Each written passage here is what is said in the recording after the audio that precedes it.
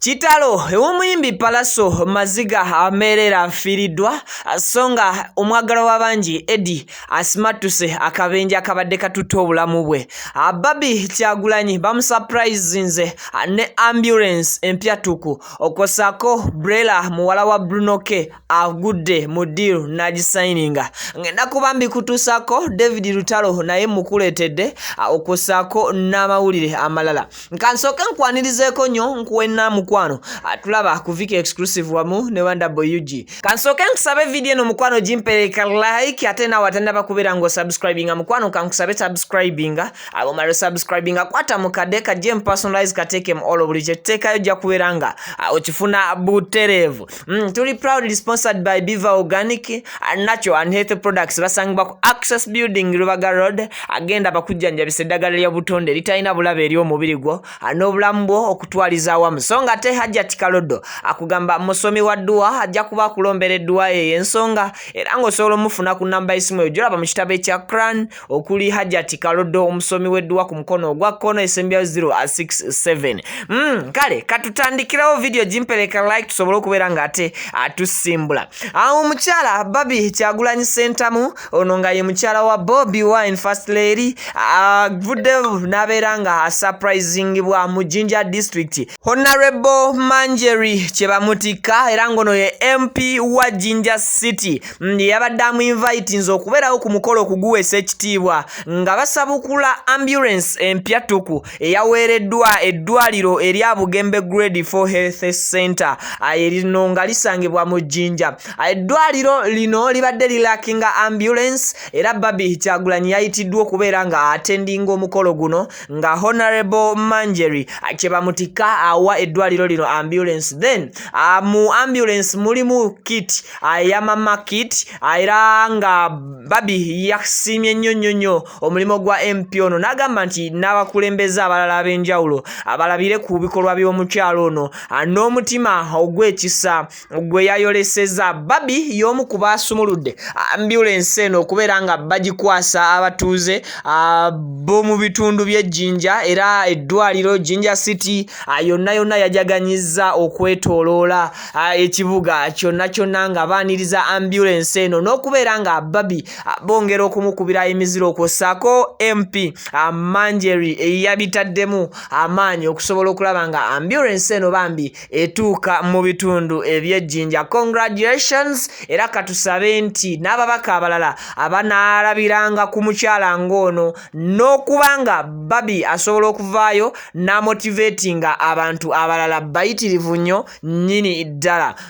So nga ate story bwe tuba tugitadde ebbali David Lutalo ono nga mumumanyi bulungi nnyo y'omu ku bayimbi abakyasinze okwagalwa abakyala mumwetegekere South Africa. We twogerera South Africa is on fire agenda kubeera nga ayitayo abakube akavulo. David Lutalo yayise ku mikutu gye ayimigatta bantu era n'abeera nga akola video ekakasiza ddala nga bw'agenda okubeerayo mu bitundu by'omu Istanbul ya South Africa agenda kubeera nga asalako kamba video ye mugyewulirireko then mbeere nga nkomawo. Kabisi kandagala konna tukanya kaomerera yo Johannesburg South Africa banna the days tomorrow mubere ready cause I'm ready nyenda pa ku muziki kuva je natandikira then Cape Town 27th mubere ready abantu be Cape Town olunaku lwa Sunday wetuli nnyonnyo tofuna kubuza buzibwa buli kimu kiri the days tomorrow be Johannesburg South Africa get ready for me, ready for you. It's me your boy David. Songa ate ye omukulu Sesa Bati ne Zari Hassan bakyekoze jukira nti omukyalo no Zari Hassan the boss lady ali mu ggwanga Uganda.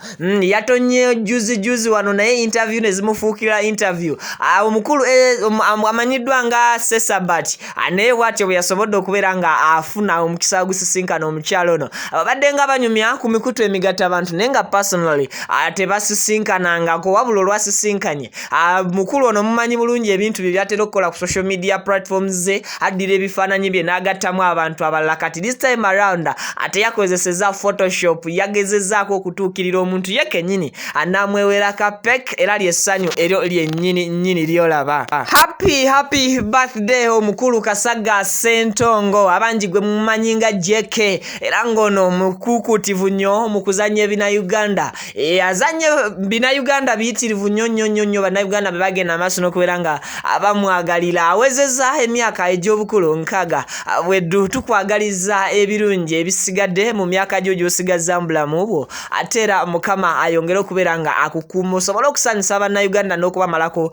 stress. Congratulations Kongs Brela onononga ye muwala wa Bruno K amanyiddwa nga Brela Kigundu yafunye deal ensava era bw'atyo n'abeera nga daddy we agimusayiningira yakubeera nga advertisingira company emu ekola lotions ez'abaana abato okwosaako n'abantu abakulu. Abadde essanyu jerere mu mweri omwana mulenzi Bruno K ng'agezaako okubeera nga akiraga nti bannange n'omwana wange omuto atandise okusayininga deals ne contracts ez'amaanyi oluusi abantu abalaze batannaba kubeera nga baachivinga. Congratulations Brela Kongs obuwanguzi butuukibwako abo bokka abakituuyanira so ffe wano ku Viki Exclusive ne WG tusobola okubeera nga tukitegeera ne tukongratulatinga oba ne tusanyukirako wamu naawe.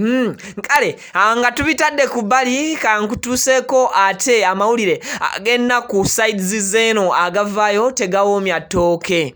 Kitalo nnyo muyimbi Palaso yafiiriddwako mukwano gwe abadde amanyiddwa nga Isaac era ng'ono abadde asinga kuwangalira mu ggwanga erya America gy'abadde yamusisinkana bambi mukwano gwe nfanfe munywanyi we yamuvudde ku maaso wabula yawandiise ebigambo ebiri touchful eri omutima gwe ng'agamba nga bw'atayinza kwerabira munywanyi we era n'amusabira Mukama bambi bw'aba alina ebyamusobako amulamuze ekisa amusonyiwe. Era nga bwe tweyongera mu mawulire amalala ag'ennaku omukulu amanyiddwa nga Second Eddie abangi gwe muyita Uncle Eddie ono nga radio presenter bambi ku radio station emanyiddwa nga Dembe FM yasimatuse akabenje k'emmoroka akabadde ketegese okumujja mu bulamu obw'ensi buno. Mukama mulungi anti Uncle Eddie akyasobola okuba nga akyassa olunaku olwaleero okusinziira ku kabenje nga bwe kabadde tekinnaba kubeera nga kitegerekeka na kufuna details mala kabenje kano oba yabadde ava ludda wa ng'era adda side ki